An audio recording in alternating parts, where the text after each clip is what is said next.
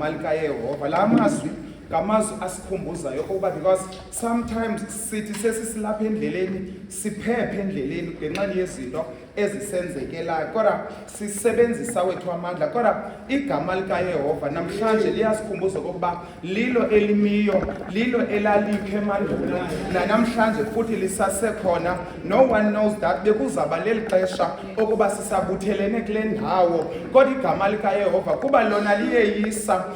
Igama likaYehova linamandla alifani nawo kamanye amagama. Lona lodwa lile sakusinda ngalo, lona lodwa lile sakusindiswa ngalo. Ingakho athi lo mbhali athi abanye bakhankanya ingqwelo zama kodwa thina kuba thina sibizwa ngeli gama lilona linamandla. Namhlanje ke bazalwane ndisokuthi ziyekeni ezinye izinto xa abanye abantu benamandla bekhankanya ezabo izinto kodwa nina igama likaYehova lilona linamandla for nina. Ndisokuthi kuni okokuba ngaba usemekweni noba yeyiphina imeko uThixo ukujongile, uThixo uyakubona.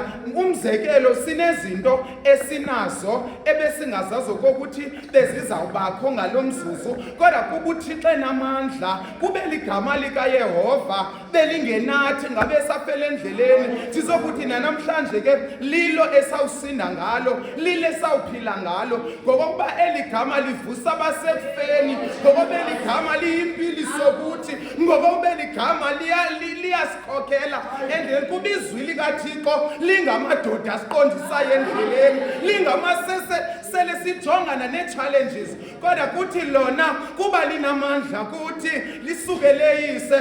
Athi omnye umbhali kwi-Exodus isandla sikaYehova sambetha amandla sivika ivutshaba. Ndizokuthi imfazweni ijongene nazo isandla sikaYehova sinijongile. uThixo uyanibona ekubulalekeni kwena. Athi omnye umbhali ukubulaleka kwena kulambathe enkosini. Kuba uYehova athi ngaba singaswela ntoni na ka uThixo engakuthi. Ndizokuthi kunikhankanyani ke ligama sizazilibala okokuba ngoku singabantu abatsha xa kuthiwa kuvaliwe kodwa igama likaYehova lona alisilibali. Sesihambe ezinye izinto kodwa igama likaYehova alisilibali. Sesikwezinto sizawubheka emakhayeni wethu kominye iminyaka siye emakhayeni wethu kungekho kuhle kodwa nani kulo unyaka we are giving itry okokuba siye kodwa igama likaYehova selingaphambili. Igama likaYehova seyikhokhela indlela. Wena uzungoyiki ke